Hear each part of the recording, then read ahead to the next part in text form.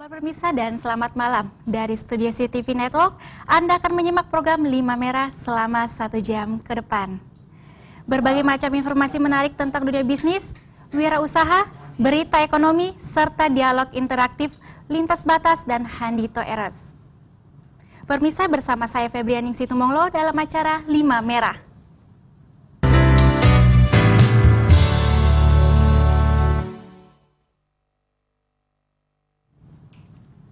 Pemirsa, apa saja 5 Merah malam ini? Kita akan buka dengan Handito Eros, etalase, wirausaha kreatif, manis asin, dan dialog interaktif lintas batas di akhir segmen nanti. Pemirsa, saatnya kita buka program Handito Eros. Bagaimana tips dan strategi bisnis Anda ada di sini.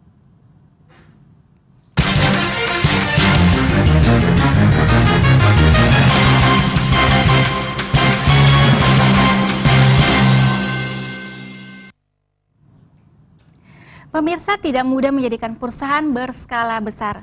Tidak mudah juga membuat perusahaan besar agar tetap besar. Lebih tidak mudah lagi membuat perusahaan menjadi lebih besar dan lebih besar lagi. Nah, dibutuhkan strategi korporat yang tepat dan untuk membuat perusahaan lebih besar dan menjadi lebih besar lagi. Kita akan membahas tema yang menarik ini bersama dengan Bapak Dr. Handito Juwono selaku Chief Strategi Konsultan Arbi, dan di studio sudah hadir Bapak Handito. Iya, apa kabar? Oke, baik Pak. Selamat ini malam. Malam Valentine gitu. Oh, malam Valentine ya, Kamu Pak? nggak jalan-jalan gitu? Oh, besok nih Pak. Oh, besok ya? Iya, Bapak gimana ke studio kami macet Pak? Enggak lah. Enggak Memang Jakarta, Tangerang dan sekitarnya semuanya kan hari-hari banyak mobil. Dan itu tandanya ekonomi jalan kan gitu. Kalau sepi malah kita bingung ini ada apa kan? Ada gitu. apa ya?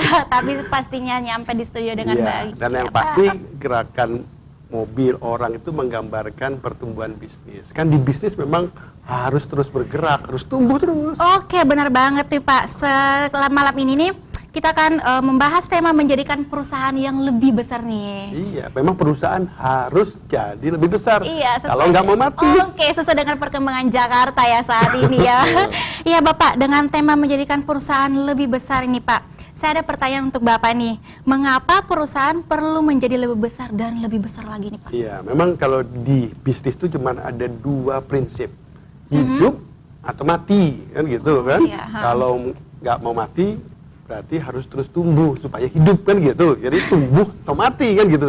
Saya koreksi ya, bukan hidup atau mati. Kalau hidup atau mati itu zaman perang dulu kan, zaman kemerdekaan. Jadi kalau di bisnis itu memang harus tumbuh atau mati. Jadi kalau perusahaan kita pengen terus tumbuh, dan mestinya setiap perusahaan kepengen terus tumbuh kan, pengen terus hidup kan gitu. Kalau mau terus hidup memang harus terus tumbuh. Jadi memang membesarkan perusahaan itu kan tanda-tanda hidupnya perusahaan kan gitu. Nah, ini memang harus kita dorong terus kalau nggak mau mati perusahaannya.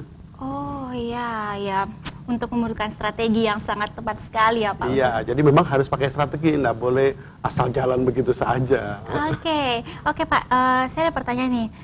Tadi Bapak bilang perusahaan yang besar itu apakah dilihat dari karyawan yang banyak atau bagaimana nih Pak? Ya, zaman sekarang ini nambah karyawan itu artinya nambah biaya, ya kan? Iya, kalau karyawannya makin banyak, makin pusing kita kan gitu, karena berarti biayanya makin banyak. Tuh, nambah karyawan tuh nggak apa-apa, asal pertumbuhan perusahaannya memang tumbuh kan gitu. Nah, apa itu tandanya, indikatornya perusahaan itu tumbuh kan gitu? Yang pertama, kita lihat dari penjualannya, omsetnya naik nggak kan gitu, salesnya kan gitu kan? Yang kedua, market share-nya, bagian pasar yang diambil.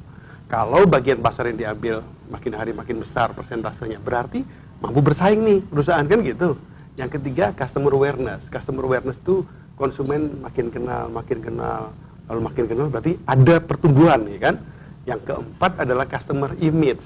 Citranya positif kan gitu ya. Yang kelima, customer satisfaction. Kepuasan konsumennya meningkat. Yang keenam nanti customer loyalty. Loyalitas pelanggannya juga makin hari makin baik. Nomor 7 adalah stakeholder value yang bisa diwakili oleh untung, profit kan gitu kan.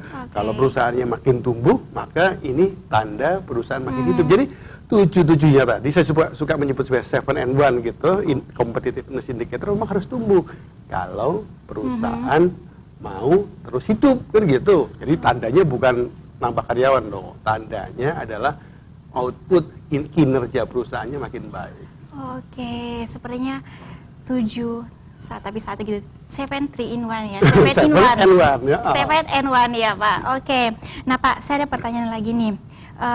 Apa bahayanya jika perusahaan menjalankan filosofi seperti air mengalir nih Pak? Iya, tadi memang kalau kita bicara bisnis kan kita nggak bisa jalan begitu saja kan gitu. Kalau kita nyetir mobil aja gitu kan, kalau kita asal jalan kita lupa di depan ada mobil, nabrak tuh sama yang di depan kan gitu. Jadi kalau kita mengendalikan kendaraan bisnis kita juga harus punya rencana, harus punya strategi ke depan kan gitu. Kita ke depan mau ngapain ini? Oh, ke depan saya mau agar perusahaan saya naik dari posisi nomor 4, nomor 3, nomor 2, syukur-syukur jadi nomor 1, jadi pemain yang utama. Nah, itu bisa di pasar yang besar, bisa juga di kecil. Kita bisa aja mulai bisnis di kampung kita kan gitu. Di kampung kita, tadinya belum banyak yang kenal. Tadinya penjualannya masih sedikit, kadang laku, kadang enggak. Tapi makin hari makin besar. Nah, untuk mencapai itu kan harus ada strategi, harus ada rencana. Nggak bisa asal seperti air mengalir saja. Kalau air mengalirnya nanti nyasar-nyasar jadi banjir, repot lagi gitu kan. Itu artinya mengelola bisnis itu tidak boleh hanya sekedar ikut air yang mengalir. Iya, nggak seperti kayak Jakarta yang selalu banjir ya, air mengalir Pak. Bukan Jakarta juga nggak selalu banjir, kadang-kadang banjir. Iya Bapak ya. Nah, pertanyaan saya selanjutnya nih, bagaimana langkah-langkah integratif untuk membuat perusahaan menjadi besar dan semakin besar nih Pak? Ya, memang kalau kita mau menjadikan perusahaan jadi besar, yang pertama itu kita perlu memahami dengan baik situasi bisnisnya kan, kayak sekarang lah. Sekarang ini ya mau pemilu kan begitu. Wah, ada yang bilang ntar dulu deh, nunggu dulu kan gitu. Ada yang bilang mau sekarang ini masanya harus bersiap-siap. Tahun depan kita ekonomi kita integrasi ASEAN, gimana ya? Makin banyak kompetitor kan gitu kan. Nah, kita memahami situasi bisnis. Kemudian termasuk di dalamnya memahami diri sendiri kita. Setelah itu kita punya tujuan. Kalau gitu melihat situasi begini, saya nanti menetapkan tujuan. Tahun ini saya mencapai segini kan gitu. Nah, setelah itu yang ketiga adalah memilih strategi yang paling tepat kan gitu. Kalau begitu strategi yang paling tepat menurut saya menyesuaikan dengan kondisi persaingan dan menyesuaikan dengan kemampuan dan kelemahan kita gitu. Begini nih. Banyak tersedia pilihan strategi kan gitu. Yang keempat, nanti kalau sudah disusun strategi dijalanin, ya kan? Kalau cuma disusun strategi nggak dijalanin, ngapain kan gitu. Setelah itu direview, dievaluasi terus. Nah, dengan demikian pertumbuhan perusahaan itu maju berkelanjutan gitu, dari waktu ke waktu menjadi makin baik dan ukurannya jelas. Oke, gitu ya. Berarti diperlukan strategi-strategi gitu ya Pak ya. Nah, Bapak sendiri ini sudah ada bisnis ya Pak nih. Nah, untuk Bapak memaintain nih bisnis Bapak agar bisa besar itu seperti bagaimana tuh? Mungkin bisa bagi ke pemirsa sedikit. Iya. Saya sendiri kan mengelola bisnis RB. RB itu konsultan di bidang strategi bisnis kan gitu. Jadi tugasnya RB itu membantu perusahaan-perusahaan agar jadi lebih besar. Nah, bagaimana yang kami lakukan? Sama seperti teori tadi. Kita ini bikin teori untuk dijalankan kan gitu. Nah, melihat situasi begini, kita membuat produk-produk baru juga. Bikin proyek konsultasi, bikin training, bikin berbagai event. Sehingga makin banyak juga konsumen yang makin kenal. Termasuk acara inilah kan gitu. Acara ini ya. Mungkin pemirsa di rumah juga bisa menyimak gitu ya. Bagaimana membuat perusahaan dan strategi itu menjadi lebih besar lagi ya. Iya, Bapak di sini Bapak tahu nggak yang 5 aspek pilihan strategis dan satu syarat dasar untuk menggunakan mentransformasikan diri sebagai perusahaan besar. Nah, itu ada 5-in-1 title strategi, bisa mungkin Bapak? Ya, memang nanti ada. Kalau kita melihat perusahaan kita gitu, makin tumbuh gitu ya. Ada istilah TILES gitu ya, transforming into large enterprises. Soalnya begini, di zaman yang seperti sekarang ini, kompetisi itu kan udah, kita nggak bisa melihat kompetisi hanya tetangga-tetangga kita gitu ya. Wah, saya di kabupaten saya, di provinsi saya seperti ini. Ternyata yang namanya kompetisi itu datang dari luar negeri. Di kampung kita pun datang kan gitu. Di Indonesia ini kompetisi sudah menjadi kompetisi yang bebas kan gitu. Jadi Nah, pada situasi seperti itu banyak perusahaan yang istilahnya itu mandek di tengah-tengah gitu, berhenti, macet gitu, nggak bisa maju lagi, nggak bisa jadi makin besar. Nah, ini sayang, udah dari kecil jadi menengah, dari menengah dia nggak bisa jadi besar. Nah, pada situasi seperti itu, kemudian kami di RB melakukan riset, kenapa sih perusahaan kok nggak maju-maju kan gitu ya. Nah, kalau melihat perkembangan yang kita lihat, oh ternyata ada beberapa sebab nih yang menyebabkan si perusahaan-perusahaan ini mandek. Karenanya kita merekomendasikan 5 hal yang harus dilakukan dari perusahaan.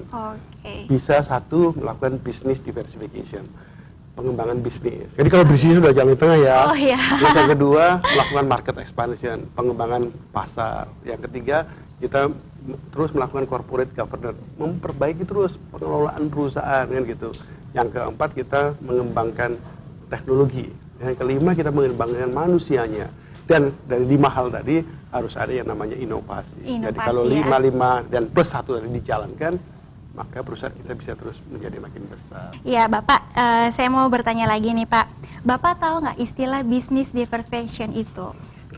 Ya, business diversification itu diversifikasi bisnis kan gitu ya. Jadi kan tadi dari 5 pillars strategi tadi, 5 plus 1 tadi, yang pertama adalah business diversification. Memang kalau kita mengelola bisnis itu harus fokus ya pada bisnis tertentu, terutama perusahaan yang baru atau perusahaan yang masih relatif belum besar kan gitu. Istilah saya itu kalau masih belajar jalan perusahaan, ya kalau kita lah belajar jalan itu kan sampai umur berapa ya, umur 3 tahun kan ya, belajar 5 tahun lah kan gitu. Nah kalau di perusahaan biasanya umumnya sekitar 3 tahun belajar jalan. Nanti kalau udah belajar jalan, belajar lari dia kan gitu. Habis belajar lari dia latihan lari maraton yang ikut lomba-lomba. Nah, kalau masih belajar jalan, masih kecil, masih baru, saya menganjurkan perusahaan fokus gitu pada bisnis utamanya, di pasar utamanya, jangan kesana kemari dulu kan gitu.